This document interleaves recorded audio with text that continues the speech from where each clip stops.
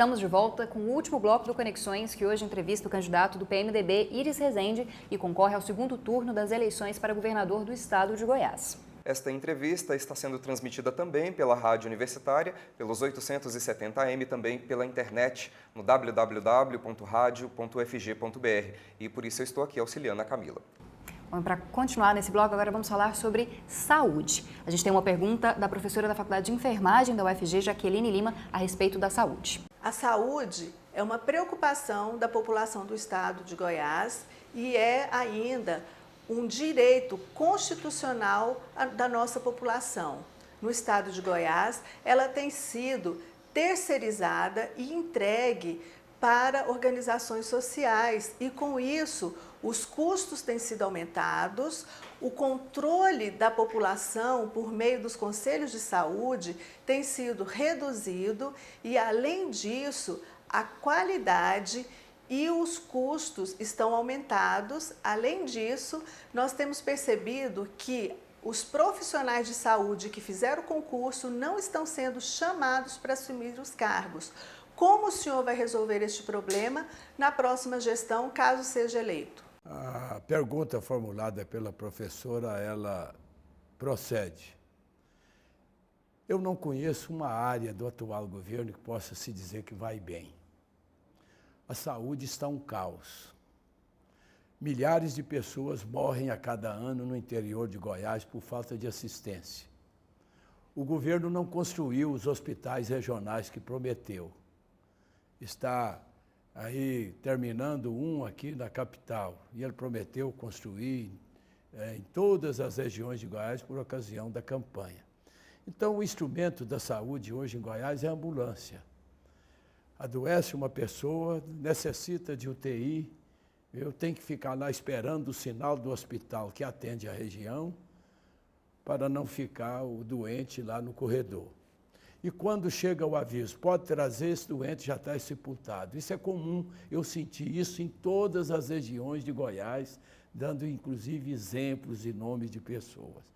Está um caos. Bem, mas o governo decidiu agora, ultimamente, até então era só um hospital, o CRER, entregue a uma OS. Mas agora decidiu estender isso. Eu tenho, como a professora, minhas reservas. Basta dizer o exemplo do Hugo. O Hugo disse que atendia mais de 200 pessoas por dia, hoje está atendendo em torno de 90 pessoas. Quer dizer, e as outras estão recebendo tratamento aonde? Ninguém sabe. Estão morrendo à míngua. Nós temos que fazer um levantamento muito criterioso. Segundo consta, viu, nas mãos da OS, está custando o dobro do que custaria administrado diretamente pelo Estado. Então, nós temos que buscar o quê? O que for melhor para as pessoas, viu? Mas também que esteja ao alcance do Estado. Não adianta, viu, atender bem, mas atender pouquíssimos. Não. O administrador ele tem que ter competência justamente para tomar decisões e buscar o melhor. Agora, em princípio, eu diria assim, um governo que não tem competência para nomear um bom diretor para um hospital público e resolver a situação, eu pergunto, pode continuar com o governo, pode continuar governando? Agora, isso é essa mania, viu? É porque nas mãos da OS compra do jeito que quer comprar, paga o que quiser pagar. Não, a administração pública, um diretor do governo, ele tem que abrir licitação, ele tem que antecipar as compras para não deixar faltar o produto no hospital e assim por diante. É questão de competência. O meu sistema de governar, muitos dizem, é centralizador. Não, eu vivo tudo, viu? Vivo tudo, de dia e de noite. Por isso é que o Estado, tudo para o Estado custa metade do preço que custaria em qualquer governo. Porque nós compramos, pagamos à vista, construímos, só construímos quando o Estado tem o dinheiro para pagar no ato da medição. E por isso é que sempre nós fizemos 2, 3 vezes mais em qualquer área da administração. Para você ter uma ideia, viu? O primeiro ato desse governador que está aí, no seu primeiro governo, foi terceirizar a administração do centro de convenções que nós construímos, tinha o superintendente, tudo caminhando regularmente, os seus lá o eletricista, os seus encanadores, os operários de limpeza e de tudo, terceiriza. Aquilo ali rende quanto? É 20, 30 mil reais por dia. E quanto que recebe o Estado? Então você veja bem, vamos acabar com o DERGO, com o consórcio, para terceirizar a conservação das estradas e deixar as estradas acabarem. Então eu tenho minhas reservas, sérias dúvidas quanto à vantagem de terceirização na área da saúde, dos hospitais públicos estaduais. Candidato, já que o senhor falou de dinheiro, nós temos uma pergunta gravada pelo economista Adriano Paranaíba. Vamos ouvir. Gostaria de fazer a pergunta para os dois candidatos ao governo do estado de Goiás. Os dados da economia brasileira vêm demonstrando que nós estamos enfrentando um cenário de recessão técnica. Isso pode impactar nos próximos anos com a redução de recursos vindos do governo federal para os entes federados, inclusive Goiás, independente se vai ser oposição ou governo que vai ganhar.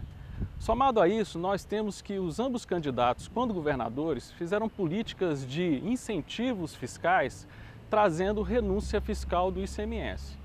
A minha pergunta para os candidatos é a seguinte: como equalizar as contas públicas? Como fazer com que o orçamento dê para atender todas essas demandas que estão sendo prometidas na campanha, sendo que o orçamento vai ser curto e nós temos empresas públicas muito onerosas, como por exemplo a CELG?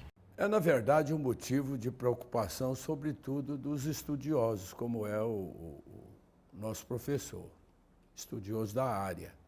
Bem, mas eu diria que, num determinado momento da minha vida, eu me vi eleito governador. E no meu projeto de candidato era fazer do governo um instrumento forte na luta pelo desenvolvimento econômico. Fazer do governo um instrumento forte na luta pela redemocratização do Brasil.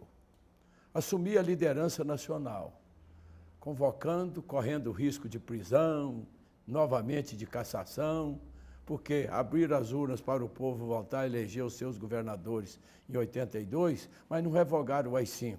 Podiam prender, podiam caçar, podiam fazer o que bem entendesse, sem processo, sem nada. Era essa a prática do regime. Bem, eu fui o primeiro que teve a ousadia de começar aqui o movimento pelas diretas já em Goiás, trazendo lideranças que defendiam também a mesma tese, nacionais, e com mais de 500 mil pessoas na Praça Cívica, Avenida Goiás, Tocantins, fizemos o primeiro, e ali foi a primeira rachadura na muralha da ditadura. Segundo, o que fazer para Goiás se desenvolver?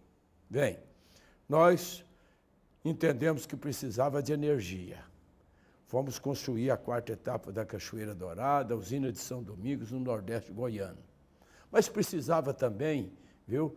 E construímos milhares de redes de transmissão de energia para todo o território goiano. E lembre-se que Tocantins era Goiás, viu? Levamos lá, apenas 3 cidades de Tocantins tinham energia hidrelétrica. Tudo era conjunto de motor, gerador, aquela coisa.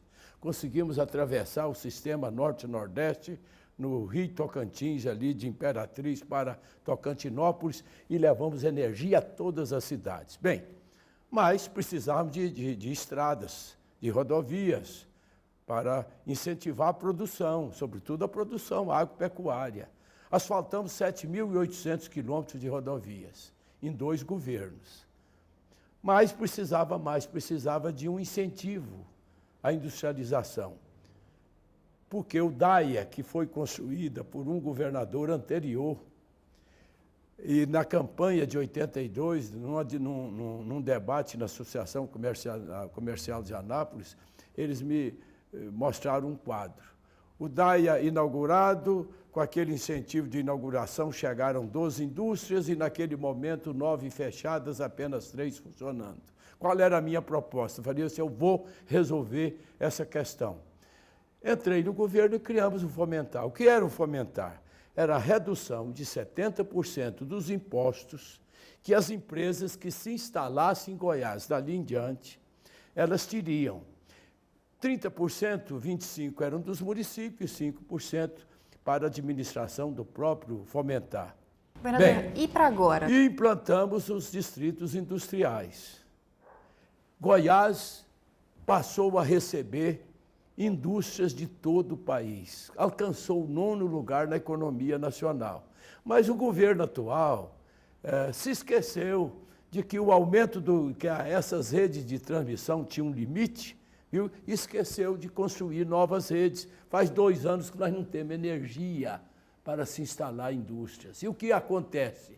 Aquelas indústrias que querem se instalar em Goiás estão indo para o Mato Grosso, para o Tocantins, para o sul do Piauí, sul do Maranhão, até para o Chapadão da Bahia. E nós estamos perdendo o trem da história. Quando chegou aqui a ferrovia Norte-Sul e o início da ferrovia aqui de Anápolis para o estado de São Paulo. Estão se instalando em outros estados. Então, nós vamos experimentar aí um vácuo muito sério no processo de desenvolvimento se o Estado não diligenciar, viu, a construção de novas redes. E a minha proposta é buscar a CELG de volta, que esse negócio que fez aí, ele é inaceitável. Isso deve ter endereço certo para o destino da CELG, que os goianos não podemos aceitar. Agora, deixar bem claro, na época nós abrimos mão de um imposto que nós não tínhamos. Quer dizer, nós abrimos para as empresas que chegassem durante 5 anos. Após 5 anos, elas iriam pagar normalmente os seus impostos, já estavam consolidadas. De forma que foi um projeto que não trouxe prejuízo ao nosso processo de desenvolvimento. Pelo contrário, foi o projeto mais arrojado que os outros estados vieram buscar aqui o exemplo em Goiás. Bom, candidato, a gente gostaria de conceder ao senhor 1 minuto para o senhor fazer as considerações finais a respeito da sua campanha para o segundo turno. Muito bem, eu quero, aproveitando esse espaço, que a Universidade Federal, por intermédio do canal de televisão UFG e da emissora de rádio universitária, agradecer esse espaço, esse gesto de contribuição com a democracia da nossa universidade e aproveitar, então, para pedir aqui aos ouvintes, aos telespectadores, o voto, pedir o empenho, a participação, porque no dia 26 de outubro, dali em diante, nós não podemos julgar a culpa, quer seja no Congresso, por arquivar relatório de CPI, que indiciava o governador em 9 delitos graves. Nós não podemos culpar mais o Poder Judiciário, nós não podemos culpar ninguém, porque no dia 26 de outubro, quem vai decidir o futuro de Goiás é você que me vê, é você que me ouve. Okay. Bom, muito obrigada, candidato, novamente por conceder essa entrevista para a gente. Obrigado também, Rodrigo, pela presença no Conexões. Bom, e esse programa foi produzido em parceria com a Rádio Universitária 870 AM, transmitido nos 2 veículos ao mesmo tempo. Você confere também amanhã a entrevista com o candidato Marconi Perillo, do PSDB.